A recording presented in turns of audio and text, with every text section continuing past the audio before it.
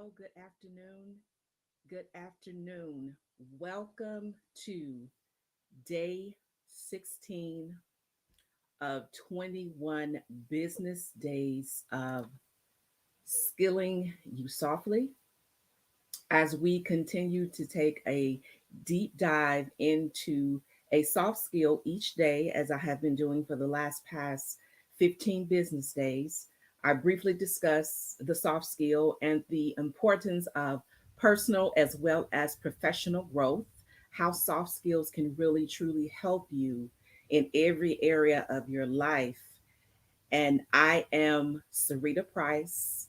I am the, I guess I can call you now as I look back on something, I am the holistic coach who is skilling you softly to live and lead with confidence and boldness in every area of your life. So take a brief recap. I always do this. What are soft skills? So they are those desirable qualities or those transferable skills that do not acquire, that they do not depend on acquired knowledge. They are your people skills. And let me just say, um, I can't believe it's already been, I think I have 6 more business days after this. It's been wonderful, the soft skills that we have discussed. And as I stated, I'll say it again at the end of this particular segment. Make sure you go back and look at the other previous days, the other soft skills, because, like I stated, almost every day I'm getting receiving great feedback. They not only will help you in your professional life, but in your personal life as well. So we'll continue on.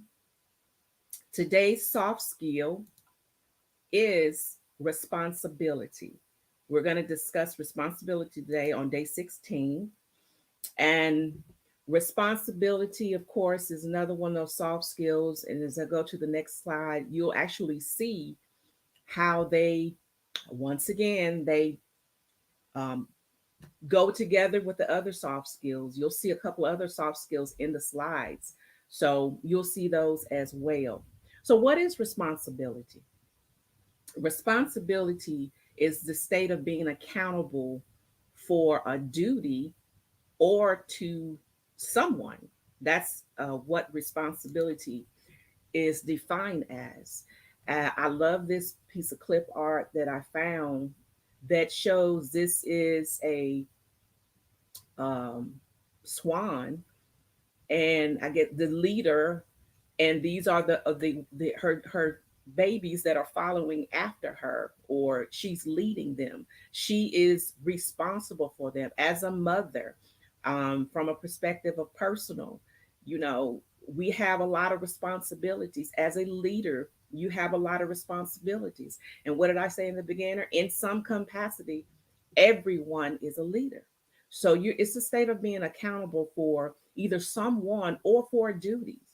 You may not be a per se have direct reports or supervise employees or supervise people, but you may be a project manager where you're managing a project, but you have to be have these are your duty you're accountable for, and it's your responsibility to make sure that everything goes smoothly.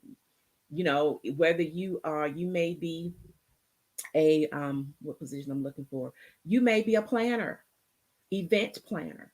It's your responsibility. You are accountable. A wedding planner, any type of planner, that it is up to you to make sure all the tasks and duties are fulfilled. So, in responsibility, and I will say this: the we all have a form of responsibility. And sometimes, as it's not sometimes, most of the time, as a younger adult or as a teenager, before you reach the age 18, we may not. I know I wasn't. I can't speak for that. You may not have been as responsible as you should have been. But responsibility comes with maturity. It comes with, as you get older, you should mature and be more responsible. Sometimes the verdict is out on that on some people that I've encountered. But you're responsible for yourself if no one else. So, you know, you have to be accountable. And it's your, it is part of being a your being human being. Okay, so what are some of the responsible behaviors? First and foremost, dependability. Dependability is being dependable, so people know they can count on you. I think it was what soft skill. I think it was in it was, and it was really all of them. I talked about being dependable as a leader. As a leader, people count on you. They count on you to do exactly what you say they're going to do. You have to ask yourself, are you dependable? Can people depend on you? From a friendship standpoint, that's the major component of friendship or any relationship, really. Being dependable. Can your friends depend on you? Can your family depend on you? Can your employees depend on you? Can your boss depend on you? Are you dependable? So, this is one of those behaviors that is required in order to be responsible. I've had situations, as I go into my storytelling. You have to go look at yesterday's. I talk about storytelling. I do it all the time in all soft skills. So I'm actually getting ready to prompt you to tell you. I'm telling you a storytelling now. So I recall in my career of different jobs that I've worked, I had responsibilities, to make sure, especially when I was in an administrative assistant or executive assistant role. In my career, most of the positions I started off with companies, I was an executive assistant and I worked my way up. So if anybody know, as far as the role of the executive assistant, okay, I'm just going to be honest. We basically ran everything. We managed, and we were a leader too. Your supervisor depended on you to make sure that the department was flowing. I was in positions where I reported to a VP of procurement who reported directly to the CFO. So it was my responsibility to make sure all the directors had what they need, and I had a lot of other responsibilities. Was rich really more than an executive assistant is more just administrative assistant, or more just an assistant. Period. Executive assistant or administrative assistant, they basically run the department. I'll share some stories. I have so many stories I can share with you about that, but it was my job to make sure that whole department ran like it should, and the directors had what they need, and they were in place to do what they need to do. So, and that is a lot of responsibility. The executive assistant role is not one that is easy. So, but I had to make sure that I was doing what I was supposed to do because people were counting on me to do that, to make the department run smooth. The next behavior, responsible behavior, is integrity. That was on soft skill. What day was that? Um, I talked about integrity. Remember, that was day 12. Go back and review that replay because I go really and really, really deep in that. But integrity is keeping one's word and agreements. And basically, I said in the that particular live, let your yes be yes and your no be no. Do exactly what you say you're going to do. Do it with integrity because that builds trust. I talk about trust as far as integrity. That helps you to build trust with your team, within your department, even in the higher ups. Because when you build trust, people really look at you and say, wow, that's part of being a great leader. That's nothing worse than a leader saying that they're going to do something, but they don't do it. And as I briefly stated, I'll just briefly say this within the replay, you can go back and look at the one on integrity. There's nothing any worse if you cannot fulfill your obligation or whatever you say you're going to do. Make sure you be transparent. Make sure you let them know. Listen, like I said, I gave an example of a client. If I have a deliverable that's going to be late or something happens because life happens, with integrity, I reach out to my clients and listen, this is what's going on. I may be a few days late. Is that going to be okay with you? Most of the time, yes. If not, we'll find another solution, which that's part of problem solving. Okay. Okay. Um, the next point is as far as responsible behaviors, being committed. Are you committed to do what you say you're going to do? Commitment is key. Commitment is another one of those that builds trust. If people see that you're committed to a cause, to a duty, to a task, that builds trust, and that builds, your, as far as your persona. It says that, hey, Sarita is a great leader, or she does do what she's going to say. She's committed to this. I have a passion. I am committed to this cause. I call it a cause, but to this particular 21 business days of dealing of skilling you softly. I'm committed to this because the reason that I decided to commit myself to this, my what I call soft skills matter movement, because I don't think people really understand what soft skills are. They don't really understand the importance of soft skill, how it's key to help you. So I am committed to this cause of skilling you softly to help you be equipped to live and lead with confidence and boldness in every area of your life. To be that holistic coach that you know you can depend on, or that to do what I say it's going to do in order to truly help you. So I am committed to this cause because I'm just going to be honest with you. When I was given this and I was really praying about how to move forward with this was terrifying. I'm like going live for 21 business days straight, every day at 12 noon. I had to commit myself to do this.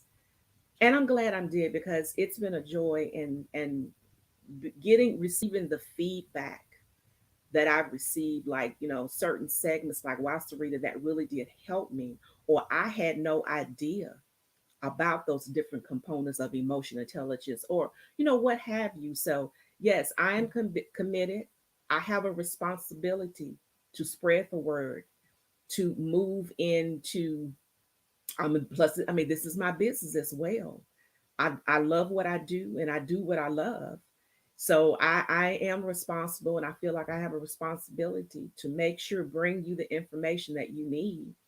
And even more, once if you decide you want to hire me as a coach or come in to do some consulting or coaching with your team, I'm committed, because it's part of my responsibility of my movement to do what I say I'm going to do, to make sure, because at the end of the day, for me, commitment is all about changing lives and making this people, a better person, to do great things, to make this world a better place. So that's my spiel on. I probably can do a whole live on just being committed by itself. But nevertheless, moving on. The next point: doing your best work. Give it all you got. Work with excellence. Excellence is not being perfect. Let's make sure we're that, but giving it whatever you have, your gifts, talents, and abilities. Give it your best. Give it your all. That's part of being responsible. Having being showing responsible behavior. Don't go in being mediocre. Give it all you got. Everybody has different levels, no matter if it's work or in your personal life. I'll use me for example again. I'm giving this all I have. I'm not going to stop, and I'm not going to quit, because I am committed to give it all I have, to be doing my best work within this field that I am in. As some of you may know, I've made a big commitment. I'm actually working on my dissertation. I'm in the process of writing my dissertation. I finished my classes. I'm writing my proposal. Sometimes I have to redirect myself, to make sure that I want to focus on being committed to completing this work, because When you are writing, one thing I learned when I went to my last residency, one of my professors said something very key. When you're writing a dissertation, it's not about you. It's not about you proving someone wrong. It's about doing research and doing the work to add knowledge um, to a particular area of work. So that's what I'm doing, being able to add knowledge to this particular field because my dissertation topic is actually on soft skills where I'm using emotional intelligence as my theory. So I'm rededicating myself to that, to finish the task, finish what I have started. And then the next point, as far as responsible behavior, is being accountable. Have accountability. I always say that, and pretty much I have people that I can count on. They are and I hold a lot of people accountable. My clients, I hold them accountable. What are you doing today? How are you going to get there? What strategy are you using to get there? Hold them accountable. Okay. I give my clients homework. I'm not one of those coaches like, okay, we're just gonna have sessions. That's counseling sessions. No, we have homework. When you work with me, I challenge you. I give you homework. I hold you accountable because you said in the beginning, this is what I want to do. These are the results that I want to, um, at the end, these are the results my goals I want to fulfill. So I hold you accountable for those. And then we move into the next point. This is critical. Accept credit and acknowledge mistakes. Make sure that I always, me personally, I love giving credit was credit is due. Um, I accept the credits. I actually have one time I had an issue in my life of accepting. I didn't mind critical feedback, or what do you call constructive criticism. For some reason, I don't know, it was kind of crazy. I had an issue accepting credit. I was like, always, oh, well, yeah, well, I didn't do anything. All of us did this in a sense because I'm a team player. I don't believe in accepting all the credit. And I may have been the one was doing the majority of the work, but I feel like still, even if the other participants didn't do a lot, they still contributed. But I had to learn how to accept credit. Acknowledge mistakes. Now, that's one of the areas that, and I'm being very transparent when I say this, that's one of those areas that I think I dwindled, or I kind of thought more about the mistakes that I made versus the good things that was done. Um, Another storytelling moment.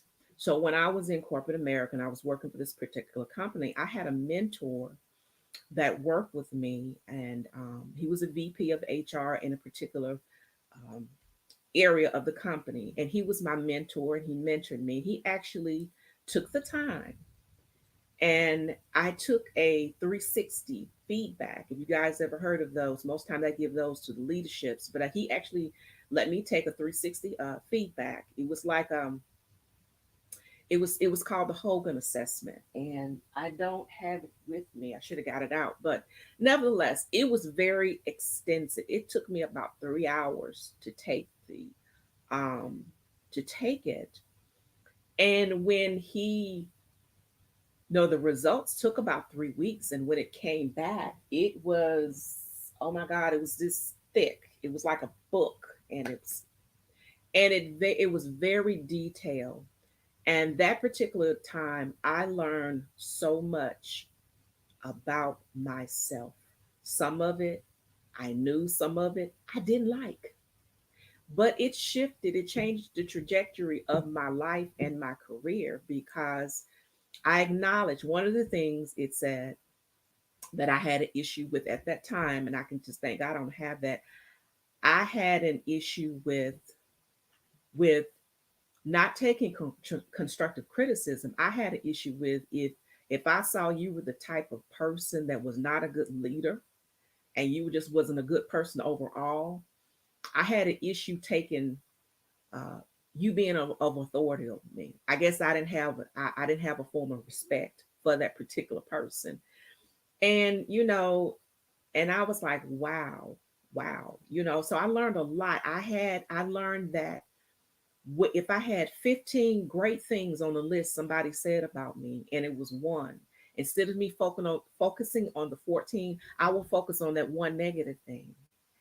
And because I was trying to be a perfectionist, and that's not good, especially for your growth and for your development. So I can must say, in my years of experience and coaching and being self-aware, which is that's one of those emotion components of emotional intelligence, I'm very self-aware. So I understand now, and sometime every now I kind of go back there, like when I was preparing these presentations. Little things I could just see it, and it bothered me, and I was like, okay, Sarita, it's not that serious. So I had to acknowledge my mistakes and I correct them. I do it now as part of conflict management, which was day, which was conflict management, was day 2, acknowledging your mistakes. When you're in a conflict, if you are at fault, acknowledge it. Don't dwell on it. Don't dwindle on it. Dwell on it. Acknowledge it, fix it, and move on. So, being responsible, that's, accept credit when credit is given, and then acknowledge your mistakes. Then the last one here, this is a big one. I know for me as a leader, as in the business world, and as a mother or as a sister or what have you in my personal life, I had an issue with delegating because I felt like if it had to get done, if I want it done right, I'll just do it myself. No, that's not. You need to delegate when necessary. As my business grow, I know beyond. I mean, I have one part-time employee. I guess you can call it that I consult with or I contract with. But I know as my business grow, when I'm claiming that, I'll eventually move into a building. This is one of those things I know I'm going to have to learn how to delegate because I'm not going to have time to do everything that I do now. And this leads me, as an entrepreneur, if you're an entrepreneur and you're starting off, my title is CEO, you're HR, you are marketing, you are operations, you are accounting, you're finance, you're everything. So as I go on, that's when you have to learn how to delegate. If you have an employee that's great, they are responsible, learn how to delegate when necessary because you can't do everything on your own. That's why if you're a leader and you supervise, you have a team. And if you have people on your team that you can't trust and you can't delegate things to, that may be a reflection on you. So are you the type of leader you are want to control everything, or are you the type of leader you need to coach your employees and train them and develop them to be there? So if something happens and you can't fulfill a specific duty or task, you can delegate it to one of your employees. That's a good training for them. So, you have to learn how to delegate if you don't have that issue, that's great. But part of being responsible is learning how to delegate because there's sort of nothing any worse than you trying to do all these on your own. When the task comes, you don't have the capacity to handle everything, and then you refuse to delegate. Well, you have failed to, you know, give the results that you stated that you were going to give. That affects your integrity, and that affects you not being dependable as well. All right, so that's it on the responsible behaviors. This is it for today, day 16 of 21 business days of skilling you softly. Keep in touch. You can email me. And for all things Sarita, that's my link tree from Sarita's Pen. I'm on all social media platforms. That particular link as well. I have apparel as well as also you can see other websites of books, that are on that link as well. Conducting regular webinars. Actually, I have a webinar that's going to come up in March. I haven't pinpointed the date yet, but I would definitely let you guys know what date it is and which webinar it would pertain to. Okay. All right. So thank you for coming to today. I will see you on tomorrow. And tomorrow is I cannot believe this. Wow. Tomorrow is day 17, and we're actually going to be taught the soft skill is time management. So if you're having issues with time management, make sure you tune in on tomorrow. All right. Always remember this: soft skills get you through hard times. Have a wonderful afternoon, and I will see you on tomorrow. Bye bye.